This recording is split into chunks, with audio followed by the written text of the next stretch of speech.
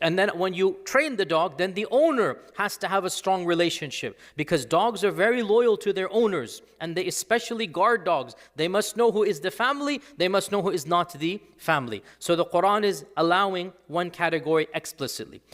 As for the ahadith bring up the more detailed issues. And there are multiple aspects. Because of time, we'll only mention the two main ones that we should be aware of. Number one, the najasa of the dog. And number two, the opinion of the ulama about owning a dog. And the two are not the same. Okay, something can be najis, but you can still have it or see it or own it. So the najasa is one thing and owning is another thing. As for the najasa of the dog, note that we're not talking in this lecture about the urine or the stool of the dog. Al-Bayhaqi says, and An-Nawawi quotes him on this, أجمع المسلمون على نجاسة بول الكلب وكذلك غائط. So there is ijma' according to Al-Bayhaqi that the urine and the stool of the dog is najis. Footnote, there's a small dissenting voice in the Maliki school, but basically the bulk of the ummah says it is najis. We're not talking about the stool or the urine. We're talking about the animal. We're talking about physically. The touching of the animal, or the hair, the fur of the dog, or the spit or the saliva of the dog. That's what we're talking about, okay? With regards to the najasa of the dog, there are, from the beginning of Islam, three very famous opinions. There are three primary opinions that our madhahib have adopted. The first opinion, all of these opinions, by the way, center around and deal with the famous hadith in Bukhari and Muslim. So muttafaq alayhi hadith that Abu Hurairah said that if a dog, Abu Hurairah said, the Prophet ﷺ said, if a dog slurps water in one of your canisters, then you must wash that canister 7 times. The first time with sand, okay? So you must wash that canister, you must wash that potter bowl 7 times. Ulahunna bit-turab, the first of them with sand. By the way, our scholars say the meaning of 7 and turab is extra washing. In our times, if you use soap or you put it in the washing machine, it does the job. The point is an extra washing needs to be done. That is more than just rinse and put some water on. You need to scrub. Turab here, the purpose of turab is the scrubbing. You need to scrub it and then use the pot or the pan. So if the dog licks a pot, eats from a bowl, you cannot use that bowl. You have to wash it an extra washing, a severe washing, before it is pure to use. This is the hadith muttafaq alayh. Okay, from this hadith, 3 opinions. The first opinion is the Shafi'i school and the majority or the default or the mashhur of the Hanbali school, 2 out of the 4 schools. They said, if the saliva of the dog is najis by this hadith, then clearly the entire dog has a special ruling and it is najis. So the dog and the body of the dog and the fur of the dog and the saliva of the dog, all of it is najis. So if a dog brushes against your pant, you are not allowed to pray in that pant until you give it a severe wash. Change your clothes before you pray. Okay, this is the Shafi'i opinion and the default or the mashhur of the Hanbali school, Shafi'is and Hanbalis. By the way, generally speaking, Hanbalis and Shafi'is are generally overlap in many of these issues. The second opinion is the opinion of the Hanafi school. Abu Hanifa is explicit on this point. And it is also the position of Shaykh Ibn Taymiyyah and the Shawkani and other scholars of that strand.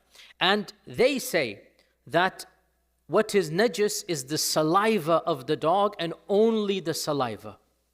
As for the fur and the body, it is not najis. So if a dog brushes against you, you don't have to do anything. You can pray in that cloth. But if the dog licks you or your pant, then you cannot pray until, if it's your hand, you have to wash. If it's your pants, you have to change or wash. Okay? So this is the second opinion. And this is the opinion of Ibn Taymiyyah, as we said, and the Hanafi position. Ibn Taymiyyah in Majmu' al-Fatawa, volume 21, page 530. He says that the third opinion is that the fur of the dog is pure and its saliva is najis. And this is the madhab Abu Hanifa. It is one of the opinions of Imam Ahmad, and it is the most correct opinion.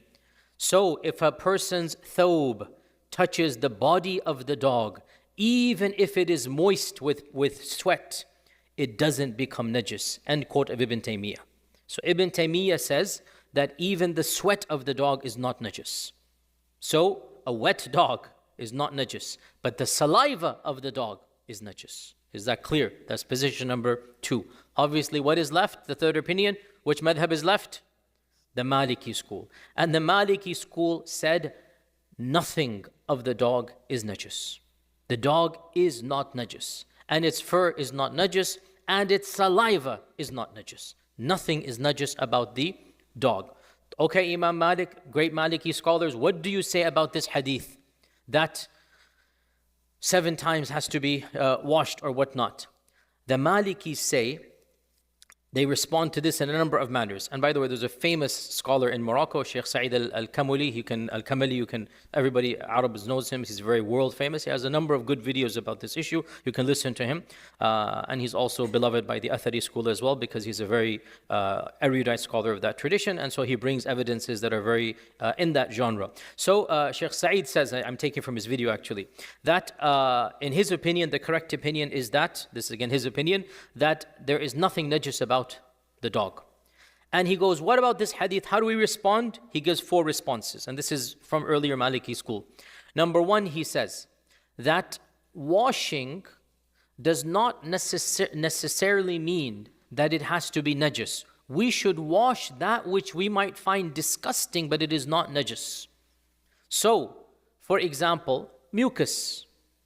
It is not najis by unanimous consensus of the ulama. But it is something, if we find it, we're going to wash it.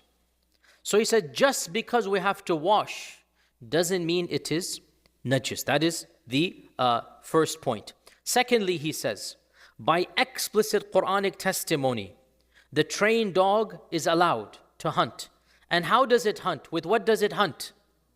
The mouth. And its mouth is going to have saliva. And the saliva is going to be right on the animal. And the Sharia did not problematize that. And we don't have any text in the Sharia that says that, oh, make sure that you wash 7 times the body of even though yaqinan, there's going to be saliva on that animal. And by text of the Quran, that animal is halal if you say Bismillah when you send the dog. By the way, you have to say Bismillah, right? It's very explicit in the hadith, okay? فَذْكُرُوا اسْمَ اللَّهِ عَلَيْهِ. It's very clear. So the tasmiyah is mandatory. Okay, Zabiha meat and whatnot. So this is point number 2. And that is that the fact that the trained dog is allowed to hunt and the saliva is going to be mixed up and the Sharia did not problematize that indicates, according to the Maliki school, that the saliva is not najis. Point number 3, he said, Bukhari and Muslim have a hadith of Ibn Umar radiallahu anh, that كانت الكلاب, that the dogs would come in and out of the masjid of the Prophet sallallahu alaihi wasallam, and no one would do anything about that. Now, this might shock many of us here. We have to understand rural Medina, very different society. It's not like closed doors and air condition and 5 doors to get in and out. It's just very primitive. And dogs were everywhere. And Ibn Umar is telling us that dogs would come in and out of this authentic hadith, Bukhari and Muslim, well known. Dogs would come in and out of the masjid and nobody stopped them, put a barrier. They would be seen regularly inside the masjid of the Prophet sallallahu alaihi wasallam. And if they were najis, they would not be allowed, or they would at least, just like when the Bedouin urinated, what did they do? They cleaned it, right? Ibn Battal said that the fact that the dogs are coming, Ibn Battal is a great author of hadith, scholar of hadith, died, don't quote me, 300 something. Ibn Battal says, the fact that the dogs would come and go to the masjid necessitates that they're going to be touching their nose because they sniff everywhere. And they're going to be drinking water and eating leftover foods because the masjid was a sleeping place for strangers and delegations. And they would eat in the masjid. And they would live in the masjid. And the Ahlul Suffah had an entire section of the masjid. If the dogs were impure, they would have been prevented from entering the masjids because Muslims unanimously agree you cannot allow a najis to enter the masjid knowingly, right? And the fact that they would come and go, as Ibn Umar says, indicates the repetitive nature of dogs entering and nobody forbidding them, which means that they were not najis al-ayn, najis li dhatihi. End quote, okay? So this is another great scholar of early Islam saying this hadith shows that they didn't problematize dogs as being najis. And fourthly, Shaykh Sa'id says that the fact that the Prophet ﷺ is saying wash it 7 times, the first with sand, clearly indicates this is not because of najasa. Because which one is more najis and disgusting? Human excrement, menstrual blood versus saliva of a dog. Which is more disgusting? It is the first. But we don't have to do that with the first, do we? We don't have to wash a vessel 7 times, the first of them with turab, for something which is unanimously more najis. Even if you said that saliva is najis, what is more najis than that is, you know what I'm saying. Yet we're not commanded to do that. Hence, he says, and he quotes Ibn Rushd, the famous Ibn Rushd.